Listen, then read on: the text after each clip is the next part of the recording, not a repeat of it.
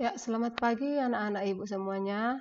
Harapan ibu di pada pagi hari ini, kita semua dalam keadaan sehat walafiat dan tidak kekurangan sesuatu apapun dan terhindar dari segala virus-virus. Nah, di sini ibu membuat materi kelas 8 karena ibu anak-anak ibu semuanya tidak rata semua mendapatkan buku ya. Makanya ibu membuat materi ini. Ayo kita mulai pelajaran kita, yaitu sebelumnya sebagai tujuan pembelajaran kita pada pagi hari ini, setelah kalian mempelajarinya, kalian dapat menyebutkan jenis-jenis bahan lunak alami dan bahan lunak buatan yang dapat digunakan untuk membuat karya kerajinan dengan benar. Nah, langsung kita ke materi kita, yaitu jenis dan karakteristik kerajinan bahan lunak. Bahan lunak ini ada dua, yaitu yang pertama bahan lunak alam dan yang kedua bahan lunak buatan.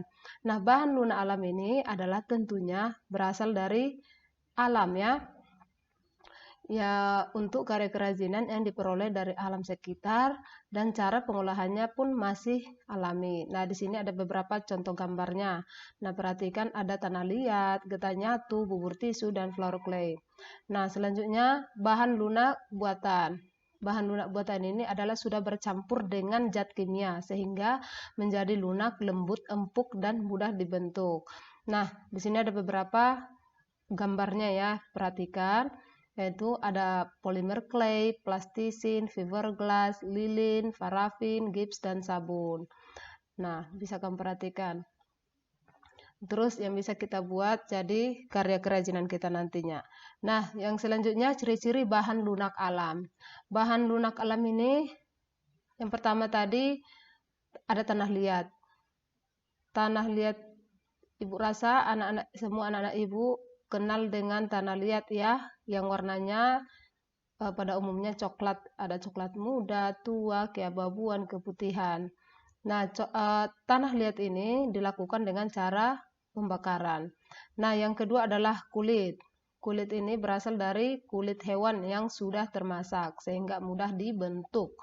Nah, selanjutnya getah nyatu adalah berasal dari pohon nyatu yang berwarna putih sehingga dia lebih gampang, karena warna putihnya itu tadi lebih gampang kita beri dia warna-warni ya, warna-warni buatan nantinya. Terus yang selanjutnya floor clay. Floor clay ini berasal dari adonan tepung yang dilumat, sehingga lebih mudah dibentuk. Nah, selanjutnya ciri-ciri bahan lunak buatan. Ciri-ciri yang pertama polimer clay dan plastisin.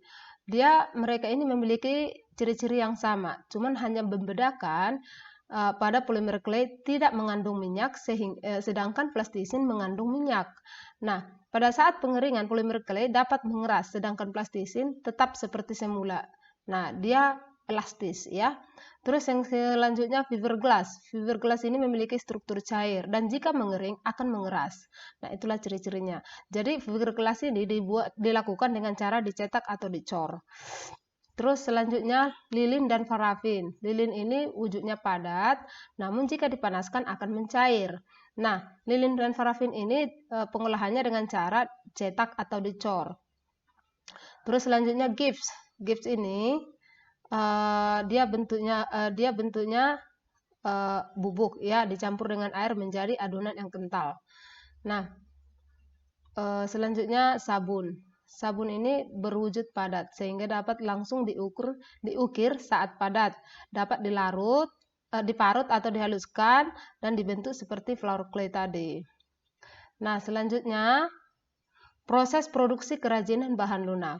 Nah, sebelum kita melakukan proses pembuatan suatu kerajinan bahan lunak ini, harus kita lakukan beberapa syarat-syarat. Yang pertama adalah ada beberapa syarat di sini, poin-poinnya. Yang pertama kegunaan.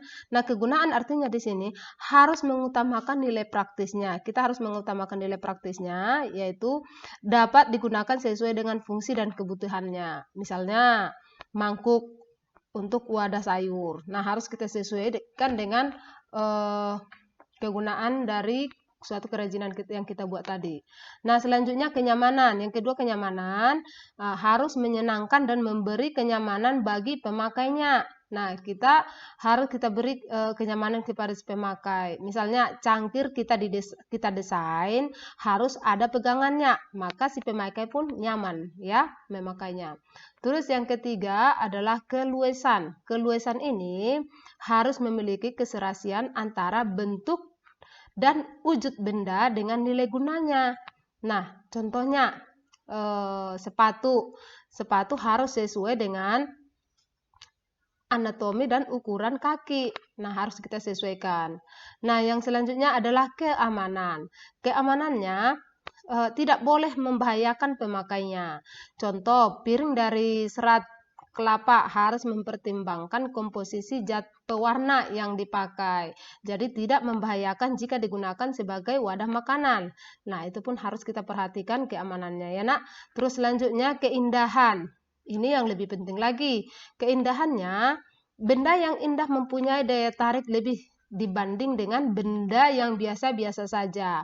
Nah, maka dengan apa kita itu tadi, kerajinan yang kita buat tadi lebih menarik dan lebih disukai orang.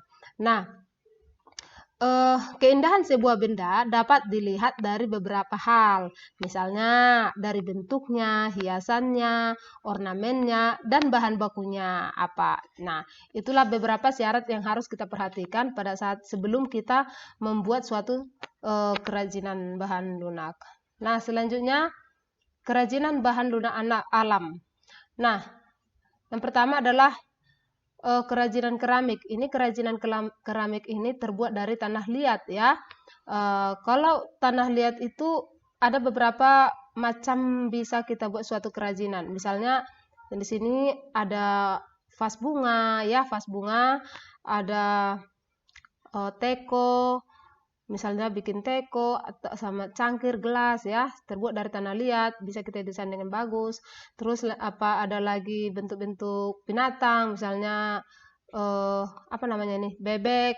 Terus selanjutnya asbak rokok. Nah, banyak lagi macam jenisnya yang bisa kita buat sebagai bahan